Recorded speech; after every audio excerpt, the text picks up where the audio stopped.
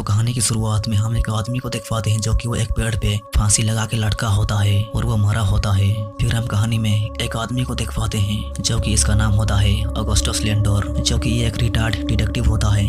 और कहानी अक्टूबर 1830 का होता है। यूनाइटेड स्टेट्स मिलिट्री एकेडमी से कैप्टन हिचकॉक लेंडोर से मिलने के लिए आया होता है और ये हिचकॉक लेंडोर को मिलिट्री एकेडमी में बुला के ले जाता है। और कहानी के अंदर बताया जा रहा होता है कि ऑगस्टस लेंडोर एक बहुत बड़े डिटेक्टिव थे और इनकी पत्नी की 3 साल पहले मौत हो गई थी। और लेंडोर एकेडमी में पहुंचने के बाद लेंडोर एकेडमी का सुपरिटेंडेंट को बताता है कि मैं कई दिनों से चर्च नहीं गया और मेरी बेटी भी कुछ दिन पहले भाग गई।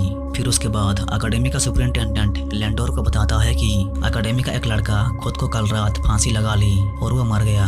और सुपरिटेंडेंट लेंडोर को बताने लग जाता है कि हमारे एकेडमी में लड़के सैनिक बनते हैं और इसलिए लड़कों के ऊपर थोड़ी सख्ती दिखाना पड़ जाता है, लेकिन इतना भी नहीं कि लड़के खुद खुशी कर ले। और लेंडोर को बताया जाता है कि पोस्टमार्टम करने के बाद ये पता चला कि डेड बॉडी के साथ मरने के बाद छेड़छाड़ की गई है। मतलब यह है कि लेरॉय फ्राई के सीने से दिल निकाल लिया गया था। मरने के बाद बॉडी के साथ किसी ने छेड़छाड़ करके दिल को निकाल लिया। और ये कौन दिल को निकाल के ले गया, इसी को पता करने के लिए लेंडोर को कहा जाता है। और अस्पताल में एक डॉक्टर को देख पाते हैं जिसका नाम होता है डानियल मार्कुएस। और मार्कुएस लेंडोर को क्लियरली बता देता है कि सीने को काट के दिल को सही सलामत निकालना किसी आम आदमी का बस का काम नहीं है। और यह भी बताता है कि किसी ताकतवर इंसान का काम है ये। और इसका मतलब यह है कि दिल निकालने वाला कोई औरत नहीं होगा बल्कि आदमी ही हो सकता है। और छानबीन करने के लिए ये पेड़ पे आ जाते हैं जहाँ पर लेरॉय फ्राई फांसी लगा के मरा था।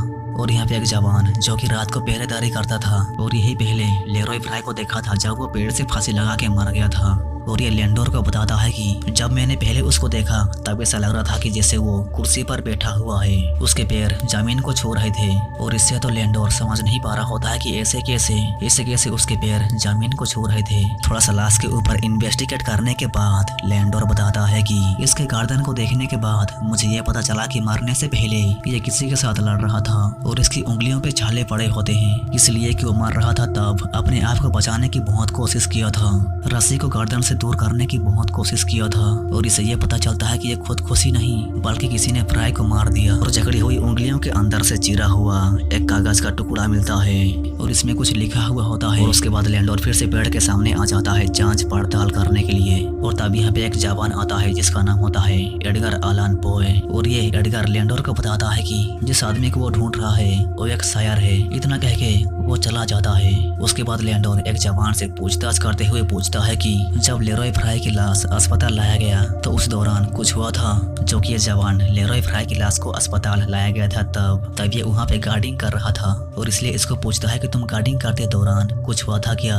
और तब ये जवान लेंडोर को बताता है कि जब तक मैं गार्डिंग कर रहा था तब तक कुछ नहीं हुआ था, जब तक कि मुझे जाने के लिए नहीं कहा गया था। और लेंडोर इसको पूछता है कि कौन तुम्हें जाने के लिए कहा था। और तब ये जवान लेंडोर को उसका नाम बताने से इनकार कर रहा होता है। इतना बताता है कि वो एक ऑफिसर था। सीन चेंज होने के बाद देख पाते हैं कि लेंडोर दारू पीने के लिए एक बार में आता है और तब वो देख पाता है कि एडगर यहाँ पे दारू पी रहा होता है। लेंडोर एडगर के पास आता है बातें करने के लिए और लेंडोर बातें करते हुए एडगर से पूछता है कि तुम्हें कैसे पता कि फ्राई को मारने वाला एक शायर है, जो कि एडगर ने पेड़ के सामने बोला था कि फ्राई को मारने वाला एक शायर है। और जवाब में एडगर अजीब व गरीब तरह के बातें करने लग जाता है और इससे लेंडोर तो बोर हो जाता है और जा रहा होता है। तब एडगर लेंडोर को बताता है कि एडगर लेंडोर को एक जवान से बात करने के लिए बोल रहा होता है जिसका नाम होता है लोक बोरो, जो कि वो लेरॉय फ्राई के रूममेट था, उसके साथ रहा करता था। लेकिन उनके बीच में झगड़ा हो गया और ये झगड़ा क्यों हुआ ये कोई नहीं जानता। सीन चेंज होने के बाद सुबह देख पाते हैं कि लेंडोर लोफ बोरो से पूछताछ करने के लिए एकेडमी में आ जाता है जैसे एडगर ने कहा था। और तब लोफ बोरो लेंडोर को बताने लग जाता है कि लेरॉय फ्राई बुरे और गलत लोगों के साथ दोस्ती करनी शुरू कर दिया था। कौन बुरे और गलत लोग पूछने पर लोफ बोरो बोलता है कि मुझे नहीं पता, लेरॉय फ्राई मुझे कुछ नहीं बताता था। और लेंडोर और एक जवान से पूछताछ करता है जो कि ये जवान लेरॉय फ्राई को आखिरी बार देखा था। और ये जवान बताने लग जाता है कि उस दिन लेरॉय फ्राई रात के अंधेरे में कहीं जा रहा था। मैंने उसे पूछा कि तुम कहाँ जा रहे हो, लेकिन उसने मुझे कुछ नहीं बोला, बस इतना बोला कि एक जरूरी काम है। और तब यहाँ पे एक खबर आता है कि गाय और भेड़ को मार के टुकड़े करके उनके सीने चीर के दिलों को बाहर निकाला गया है। सीन चेंज होने के बाद लेंडोर एडगर को अपने साथ शामिल कर लेता है ताकि वो दोनों मिलके इन्वेस्टिगेशन को आगे बढ़ा सके। रात में लेंडोर जब घर में होता है तब वो अपनी बेटी को याद करने लग जाता है और अपनी बेटी को याद करते करते वो उदास दिखाई दे रहा होता है। और तब यहाँ पे एडगर आ जाता है कागज की पर्ची के टुकड़े को समझते हुए लेंडोर को बताता है कि किसी ने जानबूझ के पर्ची लिख के लेरॉय फ्राई को अकेडमी से बाहर निकाला और पर्ची भेजने वाला अपना पहचान छुपाना चाहता था। ये एक तरह का इन्विटेशन था और ये भी कह सकते हैं कि ये एक तरह का ट्रैप था, जो कि लेरॉय फ्राई को पर्ची लिख के अकेडमी से बाहर निकाला और पेड़ में लटका के मार दिया। और ऐसा लगता है कि किसी लड़की ने पर्ची लिखकर अकेडमी से लेरॉय फ्राई को बाहर निकाला होगा। सुबह होने के बाद लेंडोर एक केबिन के अंदर आ जाता है। केबिन के अंदर आने के बाद वो छानबीन करने लग जाता है तब उसको तहखाने के नीचे देखने को मिलता है कि नीचे जली हुई मोमबत्ती, और साफ करने के बाद वो देख और जान पाता है कि यहाँ पे काला जादू और तंत्र मंत्र हुआ था और यहाँ पे फ्राई के दिल को लाया गया था। काला जादू और तंत्र मंत्र के लिए फ्राई के दिल को घेरे के बीच में रखा गया था। उसके बाद ये दोनों प्रोफेसर पेपे के पास आ जाते हैं काला जादू और तंत्र मंत्र के बारे में जानकारी पाने के लिए, क्योंकि प्रोफेसर पेपे काला जादू और तंत्र मंत्र के बारे में जानकारी रखता है। उसके बाद प्रोफेसर पेपे एक बुक को निकालता है। एक बुक के जरिए इन दोनों को जानने को मिलता है कि इंसान को मरने से बचने के लिए डायन को पूजा करना पड़ता है और उस पूजा करने के लिए गाय भेड़ के दिल और फांसी पे लटके आदमियों के दिल की जरूरत होता है। और इस काला जादू तंत्र मंत्र से डायन को पूजा करने से इंसान बच सकता है। उसके बाद अकेडमी में देख पाते हैं कि एडगर बाकी जवानों के साथ मिलजुल जाता है ये जानने के लिए कि कौन जादू टोना जानता है, और बड़े चालाकी से एक नाम पता कर लेता है, जो कि वो नाम है आर्टेमिस मार्क्वेस। कहानी शिफ्ट होने के बाद लेंडोर के घर में लेंडोर एडगर को बता रहा होता है कि कुछ दिन पहले मेरी बेटी किसी के साथ भाग गई और मुझे लगता है कि अब मेरी बेटी कभी वापस नहीं आने वाली। फिर उसके बाद एडगर लेंडोर को आर्टेमिस मार्क्वेस के बारे में बताता है, जो कि उसने पूछताछ करने के दौरान पता लगाया था। और आर्टेमिस मार्क्वेस और कोई नहीं, वो डॉक्टर का बेटा है। और एडगर ने आर्टेमिस मार्क्वेस के दोस्तों के साथ बातें करते हुए बातों ही बातों में ये जान पाता है कि आर्टेमिस मार्क्वेस की एक बहन है और आर्टेमिस मार्क्वेस भी लेरॉय फ्राई के बहुत करीब था, उसका दोस्त था। रात में लेंडोर अपने घर में सोया हुआ होता है तब वो देख पाता है कि उसकी बेटी तो रो रही होती है और वो उसकी बेटी के पास लालटेन पकड़ के जा रहा होता है तब वो देख पाता है कि उसकी बेटी तो गायब हो गई, उसकी बेटी घर में नहीं होती। लेंडोर को अजीबोगरीब तरह से उसकी बेटी नजर आने लग जाती है और गायब भी हो जाती है। लेंडोर उसकी बेटी को बहुत याद करने लग जाता है, याद करते हुए रो भी देता है। सुबह होने के बाद लेरॉय की अंतिम संस्कार खत्म होने के बाद लेरॉय की माँ लेंडोर को लेरॉय की एक डायरी देती है और लेंडोर घर में डायरी को खोल के पढ़ के समझने की कोशिश करने लग जाता है कि डायरी के अंदर आखिर लिखा क्या हुआ है, क्योंकि डायरी पे सिर्फ कुछ नंबर्स और वर्ड्स होते हैं। कहानी शिफ्ट होने के बाद एडगर को देख पाते हैं कि वो डॉक्टर के घर पे होता है और यहाँ पे डॉक्टर की बेटी, जो कि इसका नाम होता है लिया मार्क्वेस, पियानो बजा रही होती है। तब एडगर उसको ही देख रहा होता है और जानने को मिलता है कि लिया बीमार होती है। एडगर लिया को अपने साथ शनिवार के दिन वक्त बिताने के लिए बोलता तो है, लेकिन लिया तो मना कर देती है, लेकिन थोड़ी देर के बाद जाने के लिए राजी हो जाती है। कहानी शिफ्ट होने के बाद देख पाते हैं कि एडगर लिया को कब्रिस्तान में लेके आ जाता है घुमाने के लिए। कब्रिस्तान के सामने दोनों बैठ के बातें करने लग जाते हैं। कब्रिस्तान के सामने दोनों बातें करने लग जाते हैं तब अचानक से लिया की तबीयत बिगड़ने लग जाती है और वो नीचे गिर के अजीबोगरीब तरह से छटपटाने लग जाती है, लेकिन थोड़ी देर के बाद उसका तबीयत ठीक हो जाता है और दोनों चलते जा रहे होते हैं। तब एडगर लिया को पसंद करने लग जाता है और रात होने के बाद एडगर अंधेरे रात में कहीं जा रहा होता है तब अचानक से आर्टेमिस मार्क्वेस का एक दोस्त एडगर के ऊपर हमला कर देता है। एडगर को बहुत मारने लग जाता है, सुला सुला के मारने लग जाता है। तब इन मौके पे यहाँ पे लेंडोर आके लड़ाई को रोक देता है और इसका नाम होता है बेलेंजोर और ये लिया को चाहता है। एडगर लिया के करीब उसको पटाने की कोशिश कर रहा था तब बेलेंजोर को बहुत गुस्सा आ गया था और एडगर को मारने की कोशिश किया था, लेकिन यहाँ पे एडगर लेंडोर को बता रहा होता है कि वो लिया से बहुत प्यार करता है।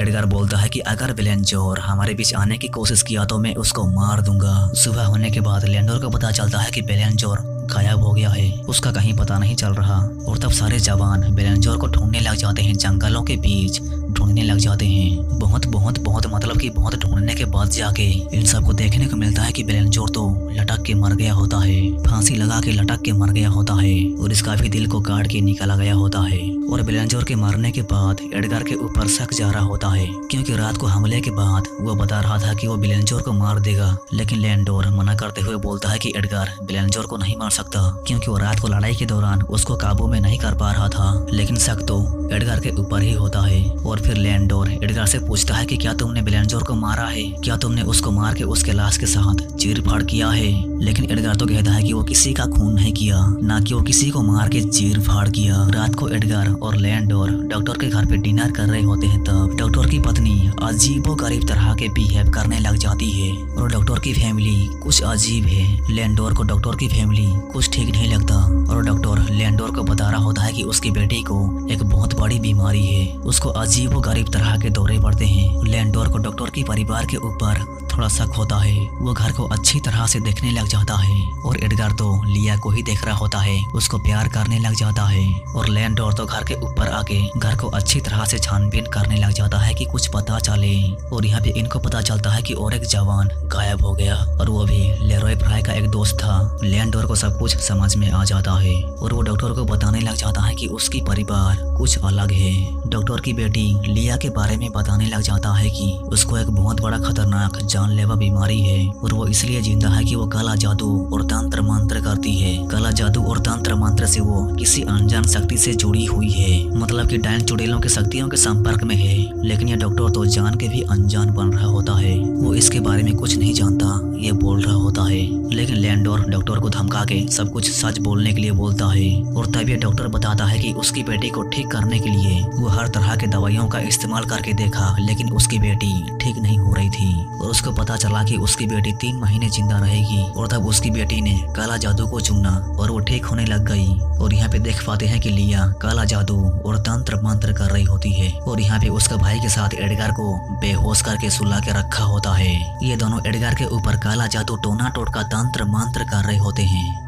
लैंडोर जान जाता है कि एडगार को लिया और उसका भाई कहीं ले गए हैं और यहाँ पर तो इन दोनों की माँ भी होती है। ये तीनों मिलके एडगार का सीने को चीर के दिल को निकालने वाले हैं। लैंडोर को जल्दी से यहाँ पे आना होगा एडगार को बचाने के लिए, नहीं तो एडगार मारा जाएगा। एडगार की होश आ जाता है और वो इन तीनों को देख भी रहा होता है, लेकिन वो तो पूरी तरह से कमजोर होता है, वो उठ नहीं पा रहा होता है, वो तो समझ नहीं पा रहा होता है कि यहाँ पे आखिर क्या हो रहा है। लेकिन एडगार अब भी लिया को बहुत ज्यादा प्यार करता है और आर्टेमिस चाकू पकड़ के एडगार का सीने को काटने जा रहा होता है। तब यहाँ पे सही टाइम पे लैंडोर आ जाता है और इन तीनों को रोकने लग जाता है और लैंडोर रोकते हुए आर्टेमिस के साथ लड़ाई करने लग जाता है। लैंडोर लड़ने में बिजी होता है, तब यहाँ तो लिया तंत्र मंत्र करते हुए एडगार को काटने जा रही होती है। तब यहाँ पे आग लगी हुई होती है और जलने की वजह से लकड़ियाँ लिया के ऊपर गिर जाते हैं। यहाँ पे बहुत ज्यादा आग लग जाती है। लैंडोर एडगार को उठा के बाहर ले आ जाता है और लिया की माँ को भी खींच के बाहर ले आ जाता है। लेकिन आर्टेमिस और लिया बुरी तरह से कुचल के मर जाते हैं और सुबह होने के बाद जांच पड़ताल खत्म हो जाता है।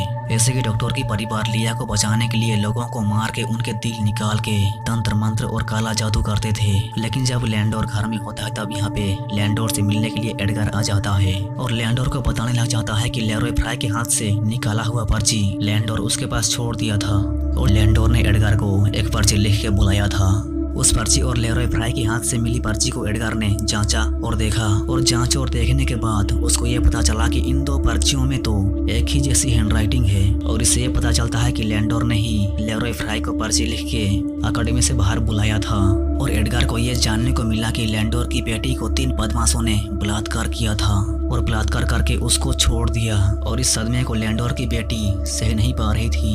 लैंडोर उसकी बेटी को बहुत संभालने की कोशिश किया, लेकिन उसकी बेटी तो संभली नहीं। उसने डिसाइड किया कि वो अपनी जान दे देगी और कूद के मारने ही वाली होती है। तब लैंडोर उसकी बेटी को रोकने की बहुत कोशिश किया था, लेकिन उसकी बेटी तो मर गई, कूद के मर गई और इससे लैंडोर बहुत गुस्सा था और लैंडोर खुद ने ही उन तीनों बलात्कारियों को एक एक करके लटका के मार दिया, तड़पा के मार दिया। और इन तीनों में लेरॉय फ्राई भी था और ये तीनों के तीनों अकेडमी के जवान थे। तीनों को तड़पा के मार दिया और ये उसकी बेटी का बदला था। और यहाँ पे एडगार ये सब जानने के बाद लैंडोर को जेल भिजवा भी सकता था, लेकिन ऐसा नहीं करता और यहाँ से यह कहानी खत्म हो जाती है।